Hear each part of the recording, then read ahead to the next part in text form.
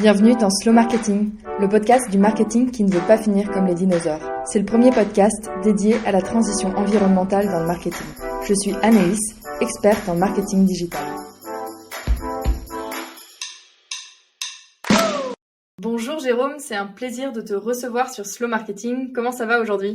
Bonjour Anaïs, ça va très bien, merci. Alors dans cet épisode, nous allons parler des défis marketing d'une fintech à impact, Helios, pour laquelle tu travailles. Mais avant ça, est-ce que tu peux te présenter ? Donc je suis Jérôme Callot, je fais du marketing digital depuis un peu plus d'une quinzaine d'années et je suis passé principalement dans des startups ou scale-up, dans des domaines très différents, l'insertion professionnelle, les économies d'énergie, la mobilité, l'inclusion bancaire, et puis le monde des fintech et de la banque. J'ai passé aussi quelques années dans un grand groupe bancaire, et puis me voilà chez Helios, distributeur de comptes écologiques qui finance la transition. Alors Jérôme, est-ce que tu peux nous en dire plus sur les principaux défis marketing auxquels Helios est confronté aujourd'hui en tant que fintech axé sur l'impact ? Alors bien sûr, le premier défi, je pense, c'est celui de la notoriété, puisque comme nous sommes un des petits derniers sur ce grand marché très saturé des acteurs bancaires et assimilés, je dirais, puisque on est beaucoup à ne pas avoir de licence bancaire officiellement, d'avoir d'autres licences qui nous permettent de distribuer des comptes courants, des comptes épargne, etc.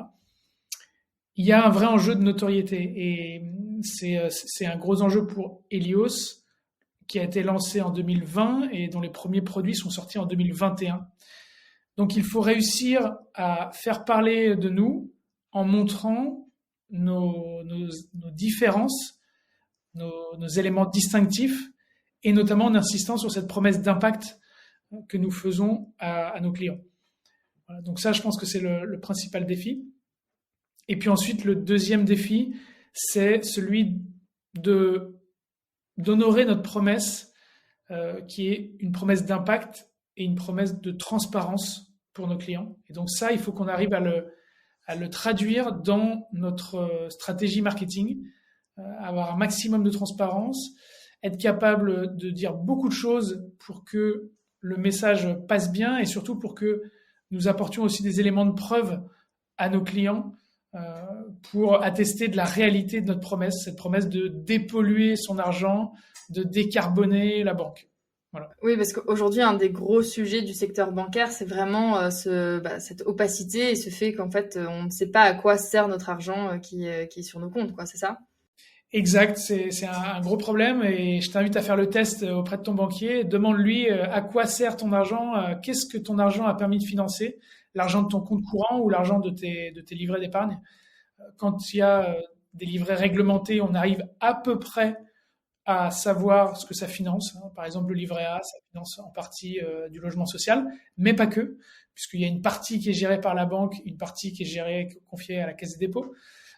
Mais sur les comptes courants, là, c'est très opaque, c'est difficile de tracer tout ça en fait. Mais le fonctionnement des banques, c'est je collecte des dépôts et grâce à ces dépôts que j'ai collectés, je peux en face créer des financements, accorder des financements à des entreprises. Et donc, plus j'ai de dépôts, plus je peux créer de financements. Donc, on est tous responsables, en partie, des financements que réalise notre banque et malheureusement, assez largement encore, dans des entreprises qui ne nous aident pas à assurer cette transition écologique, au contraire, qui nous mettent plutôt dedans, les fabricants de carburant, les exploitants de pétrole, de gaz, les industries chimiques, etc.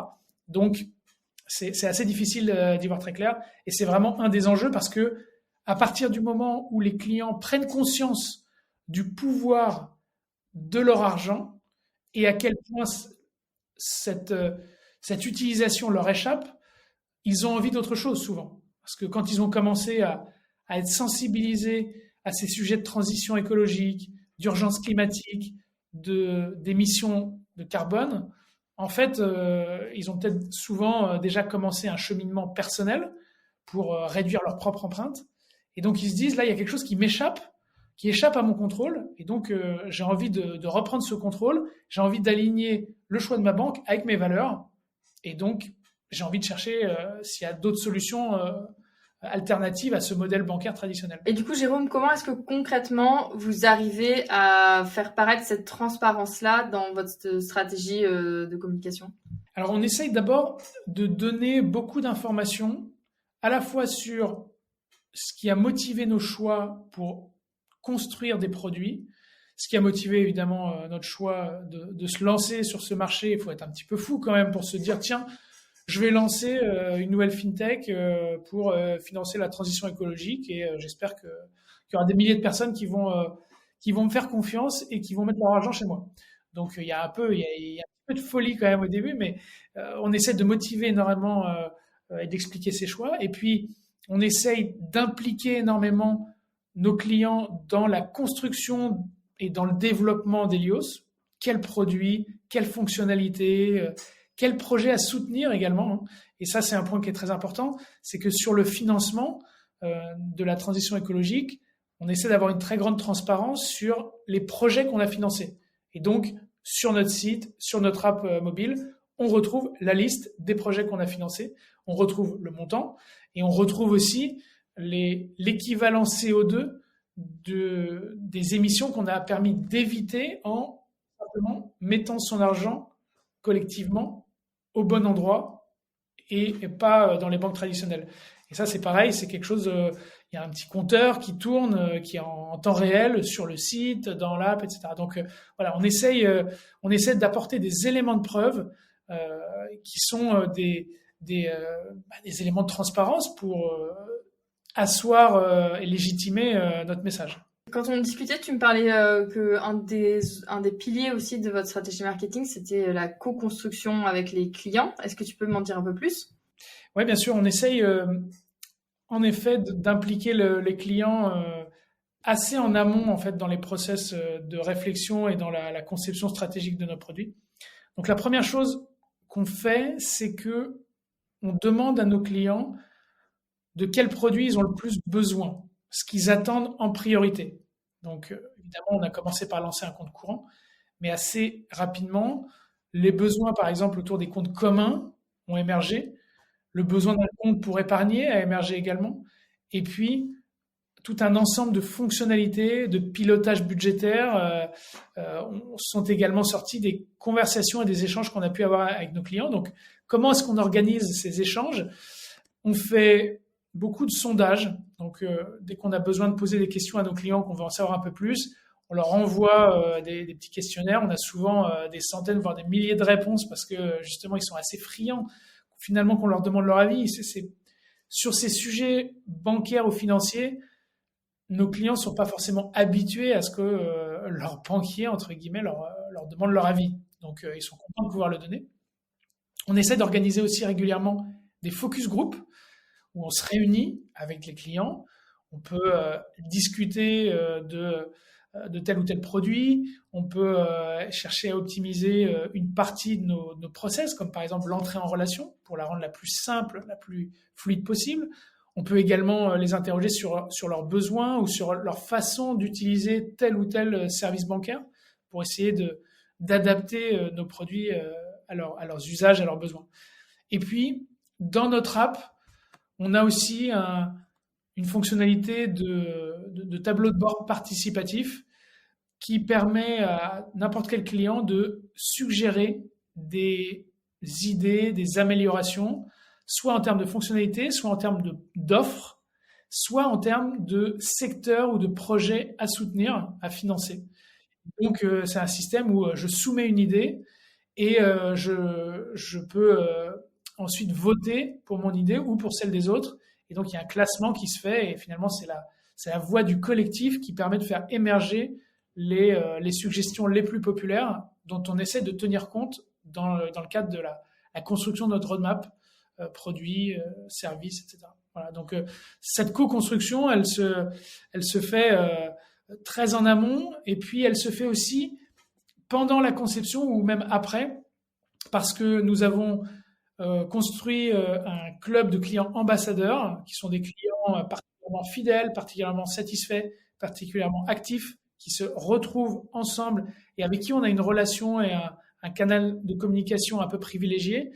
Ces clients-là, on peut leur présenter des informations, des maquettes, des parcours en avant-première et obtenir aussi leur feedback pour ajuster les choses avant la sortie officielle des produits. Et puis, on peut aussi leur permettre de faire du bêta-test. Donc, on peut leur envoyer un petit peu en avance les parcours, les écrans finalisés pour que, pareil, ils nous fassent des retours, du debugging ou des suggestions pour être capable de travailler rapidement sur des évolutions des produits ou des fonctionnalités qu'on sort. Voilà. Donc, cette co-construction, c'est assez large, ça peut prendre plusieurs formes, mais on essaie vraiment d'impliquer le client au maximum. C'est très gratifiant, je pense, pour eux, et c'est très important pour nous parce que sortir un produit qui n'est pas utilisé ou qui n'est pas compris, ça serait la pire chose qu'on pourrait faire, quoi. Cet aspect co-construction, communauté, il est dans toutes les étapes et tous les points de contact avec les clients, c'est ça? Oui, c'est ça. On essaie vraiment de le mettre un petit peu partout. Surtout, on a des clients avec qui on discute sur plusieurs canaux différents, et puis il y en a d'autres qui sont plutôt adeptes d'un canal en particulier. Un autre exemple de co-construction ou de dialogue sur Instagram, toutes les 2 semaines à peu près, on a en story ce qu'on appelle le jeudi transparence, où on a une boîte à questions ouverte qu'on propose là, même pas que à nos clients, mais à toute la communauté qui nous suit. Donc tout le monde peut nous poser des questions sur notre business model, notre roadmap, les coulisses, comment ça se passe à l'intérieur de l'entreprise, etc. Et on essaie d'y répondre à chaque fois. Donc c'est aussi un exercice de transparence. Et donc ça, c'est vraiment un canal très spécifique sur Instagram. Le club de clients ambassadeurs, il est plutôt animé dans une communauté WhatsApp. Donc c'est encore un autre canal et puis un autre type d'interaction. Le tableau de bord participatif, il est uniquement dans notre app mobile et sur le site web client, espace client. Voilà, donc on essaie c'est vraiment une approche multicanal de la co-construction et de l'implication du client et de la communauté dans toute la chaîne de valeur de l'entreprise. Et puis je suppose que, ce qui doit être gratifiant aussi pour le client, c'est d'avoir du feedback directement sur le retour qu'on a fait. Parce que moi, l'expérience un peu classique avec sa banque, c'est quand même l'application qui fonctionne pas ou mal et qu'on essaie d'écrire au support et qu'on a trouvé l'adresse du support, l'adresse email du support, c'est un parcours du combattant, et réussir à les contacter, avoir une réponse, c'est encore autre chose, quoi. Donc, je pense que si on a ce retour et ce feedback-là, je pense que c'est aussi assez gratifiant du côté client de pouvoir se sentir considéré et impliqué dans les choix, quoi. Ça, c'est vrai que c'est très important, les sollicitations entrantes. Je pense qu'on peut avoir autour de nous 2 cas extrêmes qu'il faut éviter à tout prix. Le cas que tu décris, qui est plutôt le cas de la banque traditionnelle ou de la banque en ligne, avec un vrai service client, avec des humains, un call center, où là, il y a un gros enjeu de joignabilité, de réactivité, et au moins pour te dire, on a bien reçu ton message, on va te répondre. Et là, ça peut être un peu parcours du combattant. Et l'autre extrême, ça va être le service complètement automatisé, où c'est plutôt un bot qui te répond, et avec qui tu peux avoir du mal à avancer, à progresser dans la résolution du problème. Et là, ça peut être frustrant parce que oui, tu vas avoir une réponse immédiate, mais la façon de reformuler ton problème, d'essayer de te faire comprendre et d'aboutir à une solution, ça peut être aussi un parcours du combattant. Nous, on essaye de trouver la solution idéale entre ces 2 extrêmes, et c'est un de nos éléments de différenciation par rapport aux autres néobanques, c'est qu'on a vraiment des conseillers humains dédiés à chacun de nos clients. Et c'est des conseillers qui sont dans nos bureaux à Paris et qui peuvent te répondre soit directement dans l'app via une fonctionnalité de messaging, soit par téléphone si tu peux accéder à leur agenda et programmer un rendez-vous téléphonique avec eux. Et donc, tu n'es pas livré à toi-même. On essaye évidemment de favoriser le self-care avec beaucoup d'informations, de documentation, de foires aux questions qui te permettent de trouver réponse à tes questions. Mais après, si tu as une problématique vraiment individuelle, spécifique, tu peux parler à des humains et nous, on répond en général en moins de 5 minutes. C'est le temps temps moyen de réponse qu'on constate sur les derniers mois là, chez Helios. Donc, c'est une réponse rapide. Après, il peut y avoir une conversation qui s'engage. Ça ne veut pas dire que le problème va être résolu en 5 minutes, mais ça veut dire qu'en 5 minutes, tu vas avoir vraiment quelqu'un qui va te parler, qui va t'écouter et qui va t'accompagner. Et ça, c'est vrai que c'est assez rassurant et ça peut faire la différence en termes de satisfaction client, de perception du professionnalisme aussi de l'entreprise qui est derrière. Ouais, j'allais dire, il doit y avoir une sacrée équipe derrière pour pouvoir être réactif et assurer un retour à tout le monde, quoi. On n'a pas forcément besoin d'être beaucoup, d'abord parce que si les applications, les interfaces sont bien faites, que les messages, j'allais dire les messages de service sont clairs et précis, en fait, le client n'a pas forcément besoin d'aide. Et donc, finalement, une entreprise dont le service client va être saturé, ça peut être soit un problème de dimensionnement de call center, on va dire, ça peut être aussi le signe qu'il y a un problème dans les outils, dans les interfaces, dans les parcours. Donc nous, on essaye en amont déjà de s'éviter un grand nombre d'appels, on fait plutôt de l'évitement d'appels, en construisant une expérience client au top.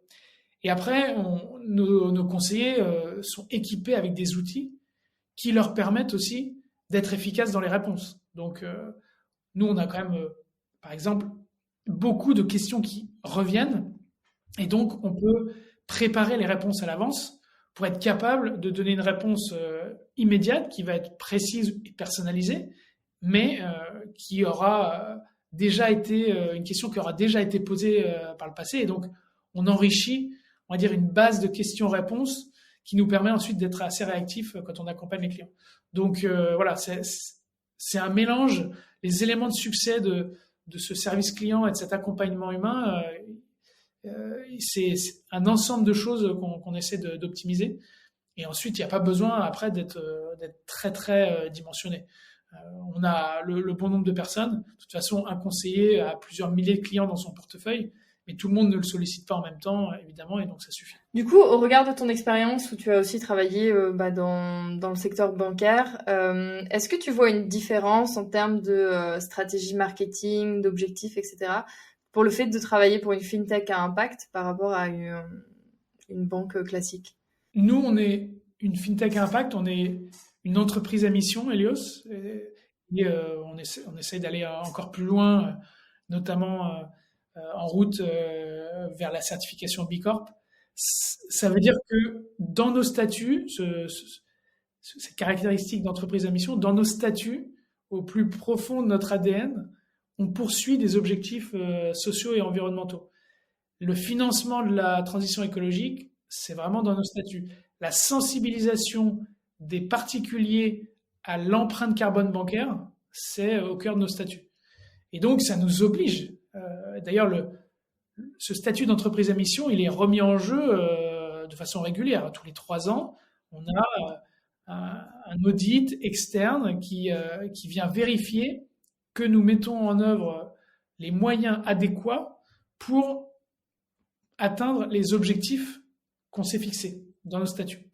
Et donc ça a été refait il y a quelques mois chez Helios, au mois de mars, et ce statut a été confirmé. Donc ce qui a été confirmé, c'est oui, vous mettez en œuvre les moyens nécessaires pour atteindre vos objectifs, financement de la transition écologique, sensibilisation des particuliers à l'empreinte carbone bancaire.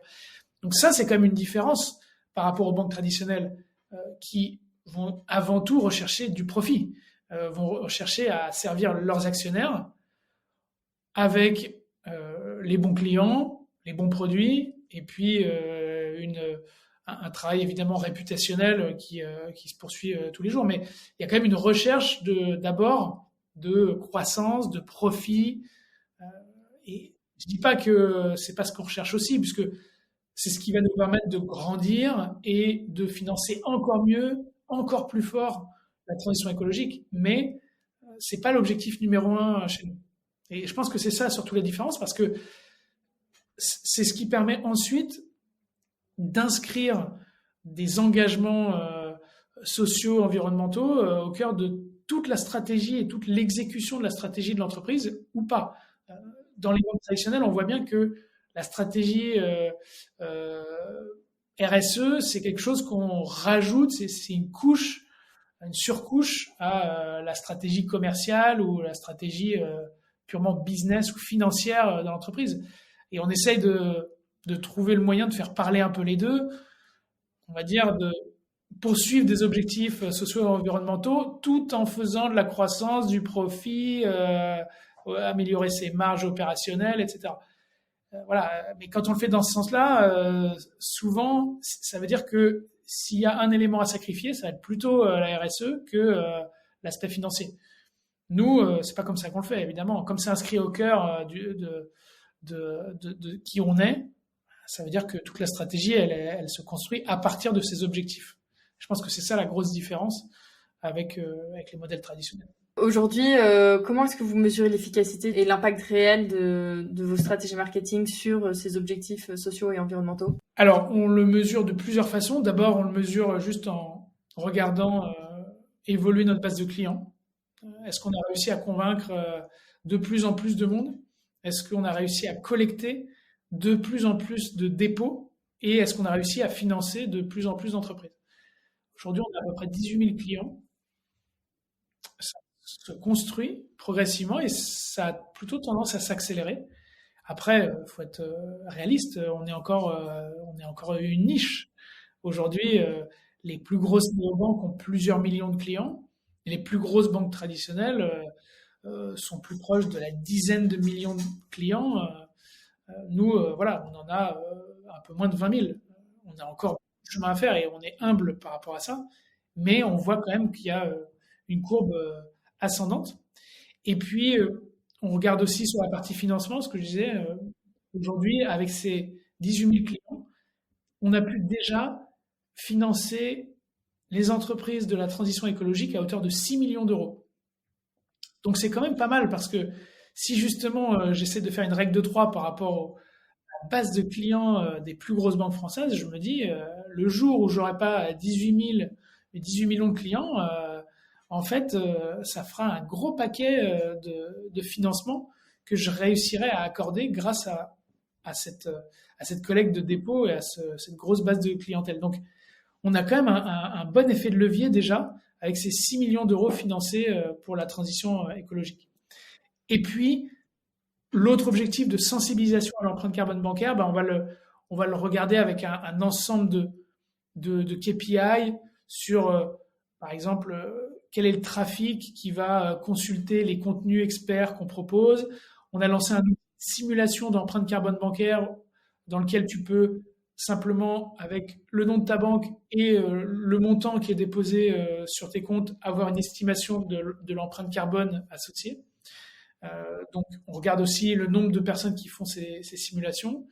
Et puis, on regarde aussi justement la taille de nos communautés, les gens qui nous suivent et qui veulent être informés, être sensibilisés sur ces enjeux et sur la façon dont on peut, à l'échelle personnelle, prendre part à cette transition écologique. Donc voilà, on regarde un peu tous ces indicateurs et on se dit, voilà, j'ai sensibilisé plus de monde, j'ai réussi à financer plus d'entreprises, j'ai réussi à fédérer plus de clients pour grandir et me développer encore. Très bien, super clair comme KPI et en même temps, ouais, on voit bien comment ça poursuit et ça permet de suivre ces objectifs sociaux et environnementaux. Jérôme, si je te dis slow marketing, tu penses à quoi? Alors, je pense à challenge parce que c'est pas facile de faire du marketing de façon éthique, transparente et de faire des choix on va dire, qui parfois sont un peu contre-intuitifs par rapport aux enjeux du marketing. Ce que je disais au début, enjeu de notoriété, enjeu de construction d'image de marque, on aura envie de se dire, dans ce cas-là, je veux que tout le monde entende parler d'Helios. Je veux arroser. Je veux mettre partout. Je veux saturer les espaces de communication, de publicité. Et en fait, on essaye aussi de faire du marketing de façon responsable. On a fait, par exemple, notre bilan, notre rapport d'impact Donc, on a fait le bilan carbone de l'entreprise, en plus de faire le bilan carbone de nos investissements, qui permet d'ailleurs de montrer que les comptes chez Helios sont parmi les moins émissifs en CO2 en France en 2022, et on l'a fait avec un organisme externe qui est spécialisé dans la mesure de l'impact et de l'empreinte carbone des entreprises, qui s'appelle Greenly. Mais sur la partie empreinte carbone de l'entreprise elle-même, ce qu'on a vu, c'est que le numérique et ce qui est associé finalement à la communication, à nos canaux d'acquisition, à notre stratégie marketing, c'est quand même une part non négligeable de ce bilan. Parce que quand on calcule les émissions, notamment avec le scope 3, les émissions indirectes, on se rend compte que le numérique prend une part assez importante, à la fois par rapport à l'empreinte des plateformes avec qui on travaille, et puis des interfaces ou des devices, comme on dit, des appareils qui sont utilisés par les consommateurs finaux pour afficher nos messages, nos pubs, nos contenus. Et donc là, c'est vrai qu'on s'est rendu compte que c'était une part importante. Alors, les canaux d'acquisition les plus gourmands, aujourd'hui, on les met de côté et on les utilise pas. Je pense par exemple au programmatique, qui est assez gourmand parce que c'est vraiment une logique de ciblage très très large et ensuite d'affinage des emplacements, des messages pour aller optimiser les performances. Mais d'abord, je vais taper très très large. Et après, on essaie aussi de limiter l'utilisation de formats vidéo longs. Par exemple, sur YouTube, on a plusieurs formats. Il y a des formats très courts de type bumper, de quelques secondes, genre 6 secondes. Et puis après, il y a des formats plus longs qui se rapprochent des formats publicitaires qu'on trouve à la télé, par exemple. Voilà, quand on fait de l'affichage, ça nous est arrivé de faire de l'affichage. On avait fait une campagne d'affichage dans le métro. On essaye de faire attention à la sélection des imprimeurs qui vont travailler avec nous. Comment ils se fournissent en papier, est-ce que c'est des papiers avec du label derrière, par exemple issus de forêts éco-gérées. Quand on produit un packaging pour envoyer la carte Helios chez nos clients, on essaie de faire attention aussi à utiliser des matériaux recyclés. On n'utilise qu'une seule couleur pour limiter l'empreinte au niveau des encres et faciliter l'impression. C'est des encres spécifiques également. Donc voilà, on essaye vraiment à chaque fois qu'on fait du marketing, qu'on conçoit des messages, qu'on conçoit des dispositifs, on essaie de se poser la question de l'impact que ça va avoir. Et donc parfois, ça nous amène à écarter certains dispositifs. Par exemple, pour l'instant, on a toujours écarté l'affichage sauvage, qui est une forme de spam physique, une appropriation de l'environnement urbain et la placardisation de nos publicités à des endroits non sollicités. Voilà, on essaie d'éviter de le faire parce qu'on n'est pas sûr que ça soit cohérent avec notre image et avec ce qu'on a envie la façon dont on a envie de faire notre travail et de véhiculer nos promesses. Super intéressant comme démarche, merci du partage. La question de la fin, selon toi, qui est-ce que je devrais inviter sur ce podcast ? Alors, il y a beaucoup de gens encore qui pourraient parler de marketing de façon très intéressante. Moi, je pense que sur ces sujets, notamment de slow marketing, il y a quelques autres acteurs de la finance qui essayent de faire leur travail un peu différemment. Des grands acteurs financiers déjà établis. Et je pense notamment à Goodvest, qui est un établissement qui propose des assurances-vie éthiques, qui va opérer une sélection très pointue, très minutieuse des fonds et des entreprises avec qui travaillent ces fonds pour vraiment proposer de l'impact à travers ce produit d'assurance-vie qui est si populaire chez les épargnants français. Et donc, je pense que la directrice marketing, qui s'appelle Aurore Jacques, pourrait être intéressante à interviewer. dans ce cadre-là pour savoir un peu quelle est l'approche aussi qu'ils ont chez Goodvest et comment ils arrivent à réconcilier aussi ces enjeux marketing avec leur objet social. Et puis après, je pense que ça pourrait être intéressant d'aller discuter aussi avec les grosses ONG de protection de l'environnement qui se font souvent connaître par des campagnes de communication et de publicité un peu choc. Je pense à Greenpeace, par exemple, qui souvent utilise des mécaniques un peu virales, des images chocs, des visuels qui interpellent. Et donc là, ça peut être intéressant de voir comment est-ce qu'on concilie le combat en faveur de la biodiversité ou de l'environnement avec ces méthodes, ces techniques marketing. C'est un arbitrage à faire. Est-ce qu'on considère que le jeu en vaut la chandelle et que il faut massifier la communication pour être sûr de toucher un maximum de monde, quoi.